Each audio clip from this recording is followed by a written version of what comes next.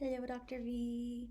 So, in this video, I will be demonstrating my knowledge of how to conduct a hypothesis test and how to analyze this data and answer the research questions.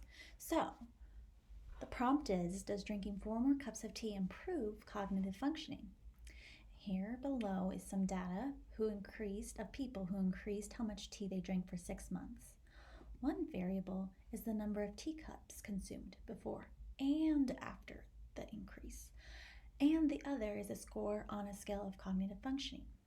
Alrighty, so the key word here is and, therefore we know it is a within design, and then therefore it will be a one-tailed, and also that it will be a dependent design and repeated measures design. My null hypothesis will be that there is no significant difference between the mean scores of the two conditions, and my alternative hypothesis is that there is a significant difference between the mean scores of the two conditions. So I pulled up my file, my .sav file, and I have put my information into 4 different categories: teacups before, cognition before, teacups after the 6 months, and cognition measured after 6 months. Now we will come up to analyze descriptive statistics and explore. We're going to put both our cognition. Let me just show you how to do that real fast. You click on the cognition and you bring it over with this little blue arrow there. Then you bring it over again, and then we're going to select plots. We're going to want the histogram selected, normality plots with test selected, and then we're going to press continue.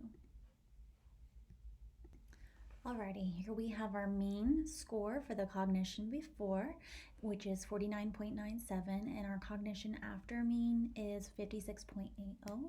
Here we have our test of normality, and the significance is showing that it is 0.114 before, cognition before, and cognition after is 0.055. We therefore have 30 within this thing, so therefore we know that this isn't that important.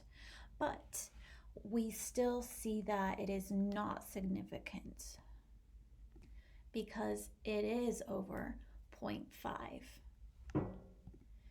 Alrighty, and here's our histogram and our normal QQ plot. This is just showing that the distribution is normally distributed.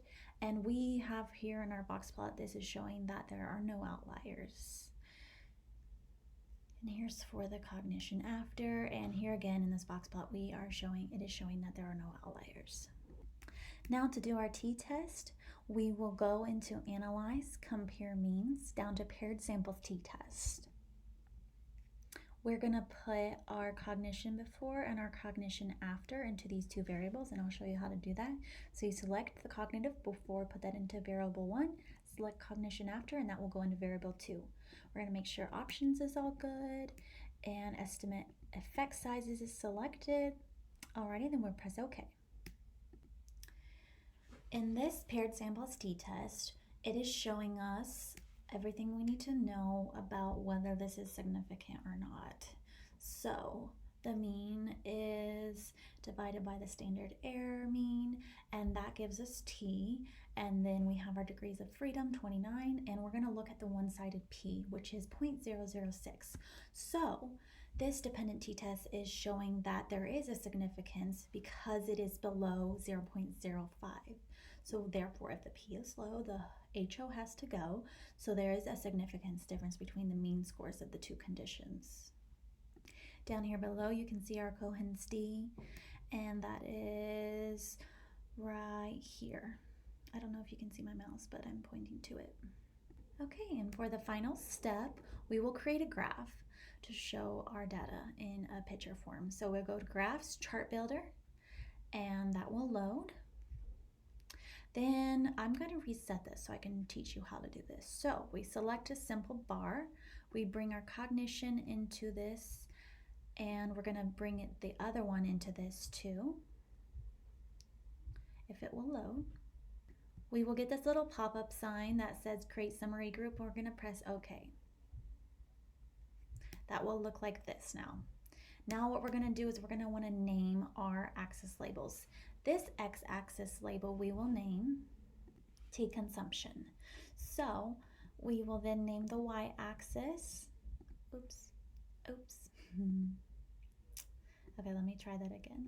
Okay, that stayed. All right, then we will name this mean of cognition.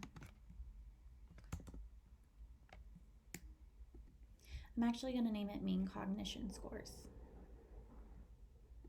Now we will come up here to bar 1 and then select display error bars. We will get a little footnote here, and what we're going to press is none. So that will take away the footnote. So we have our x-axis saying tea consumption, and our y-axis still didn't click. Okay, mean cognition scores. And we click on this, and that should save it. I'm going to change the chart appearance because I think it looks pretty. Okay, then that is that. Then we press OK, and this is our final step. And, well, I have to fix that, but this is pretty much it. We have our tea consumption, our mean cognition scores, and I'll crop that little error bars out.